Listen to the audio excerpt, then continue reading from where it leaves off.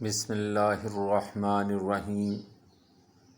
کفر و فقر و عذاب قبر سے اللہ کی پناہ کی دعا۔ سنن ابو داؤد اور ابن ماجہ میں یہ دونوں احادیث کی بکس میں یہ دعا آئی ہے، حدیث صحیحہ ہیں۔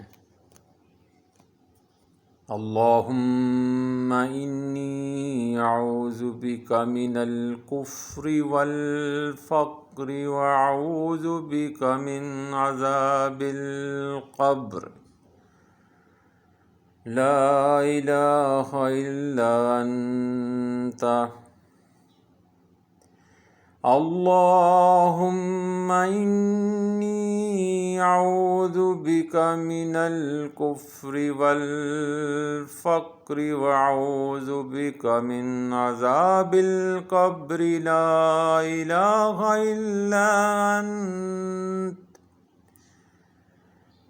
اے اللہ، میں کفر اور محتاجی سے آپ کی پناہ مانگتا ہوں، اور قبر کے عذاب سے میں آپ کی پناہ مانگتا ہوں۔ آپ کے سوا کوئی عبادت کے لائق نہیں۔ اللہ تعالیٰ